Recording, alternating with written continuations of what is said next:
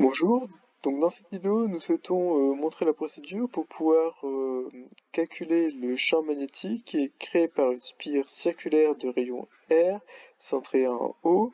Sa spire est parcourue par un courant I et on souhaite calculer le champ créé par cette spire en un point M situé sur l'axe de la spire à une distance petit a du point O. Alors ici nous avons une vue transverse du système avec notre spire et une vue de face de notre système avec nos spires également. Nous allons, pour pouvoir effectuer ce calcul, utiliser la loi de Biot-Savart qui nous dit que un élément infinitésimal de longueur du fil va générer un élément infinitésimal de champ magnétique. Alors, ce vecteur dl est toujours tangent à la spire et il est orienté suivant le même sens que le courant I.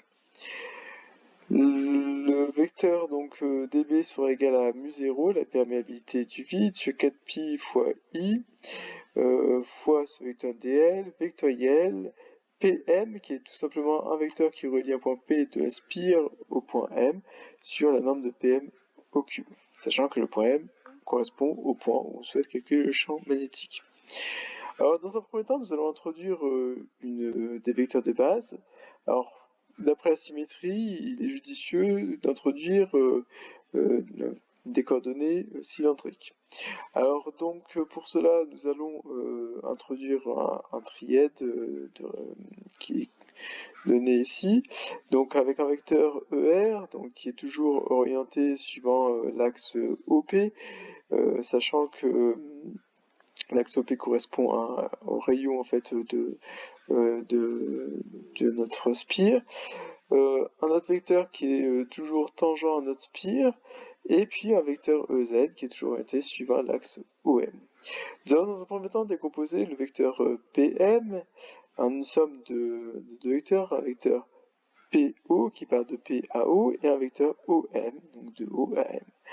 Alors le vecteur PO peut ensuite être exprimé dans notre base.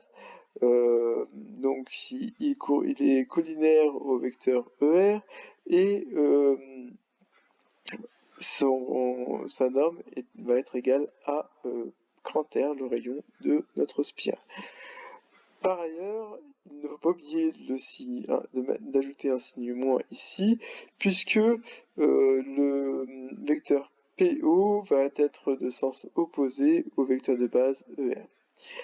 Alors, nous allons devoir rajouter ensuite, pour calculer PM, un vecteur OM, et ce dernier vecteur, il est toujours collinaire à EZ, donc il est perpendiculaire bien sûr à la spire, et il présente une norme qui est égale à petit a.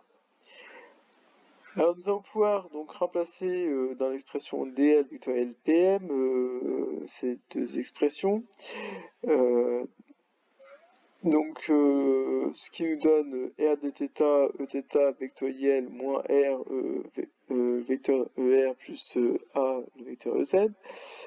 En développement, nous obtenons du moins r carré dθ eθ vectoriel er plus r a dθ eθ vectoriel ez.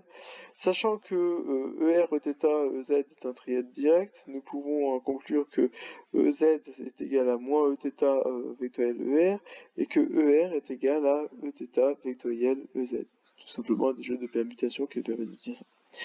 Alors, nous allons pouvoir remplacer ces produits vectoriels par les vecteurs correspondants dans cette expression et nous obtenons le fait que dl vectoriel pm est égal à r carré dθ ez plus ra dθ er.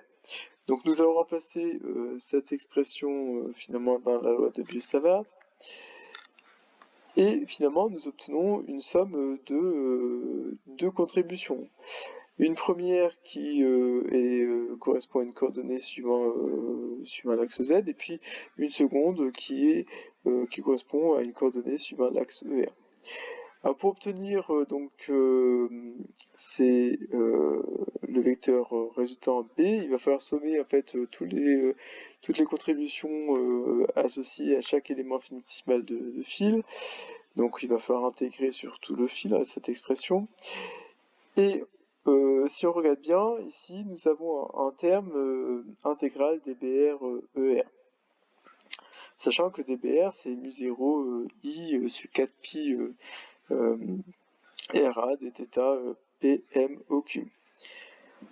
Alors pour pouvoir aller plus loin, nous allons considérer la symétrie du système. Nous allons prendre deux points, un point P et un point P', qui sont diamétralement opposés par rapport au centre de la spire O et qui sont situés sur la spire.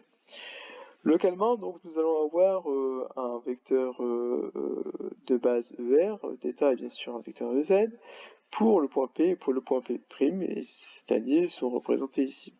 On remarque que le vecteur ER, ici, pour le point P, est dirigé dans le sens opposé à celui du point P'. Par conséquent, lorsque nous allons devoir sommer les deux contributions en fait, dans cette le deuxième terme intégral dBr-ER, nous pouvons remarquer que les contributions suivant ER associées au point P et au point P' vont s'annuler 2 à 2 finalement. Et ceci est valable pour tout point PP' situé sur le cercle. Donc cette intégrale ici doit être égale à 0 par symétrie. Il nous reste donc plus que le premier terme ici, intégrale de dBz de z, sachant que dBz c'est égal à mu0 I sur 4pi r carré dθ sur pm au cube. Et donc nous allons remplacer dBz par son expression. Ensuite, il faut bien sûr intégrer sur tous les angles θ compris entre 0 et 2pi de manière à parcourir toute notre spire. Alors lorsqu'on fait ceci, tous les termes ici peuvent sortir l'intégrale et donc nous obtenons du mu0 i sur 4pi r carré fois 2pi sur pm au cube ez, sachant que le 2pi va se simplifier avec le 4pi pour donner du 1,5. Donc on obtient cette expression. Alors ce qu'on peut conclure de cette expression, c'est que le champ B va toujours être perpendiculaire à la spire et dirigé vers bien sûr l'extérieur de la spire ici.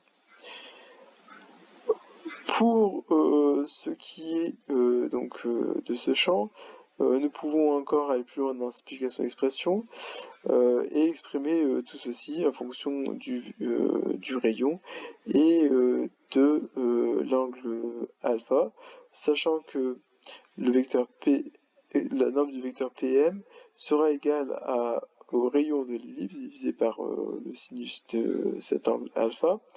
Nous obtenons l'expression suivante: B est égal à mu0, la perméabilité du vide, divisé par 2, fois le courant, fois sinus au cube de cet angle alpha sur R, fois le vecteur de base de Z.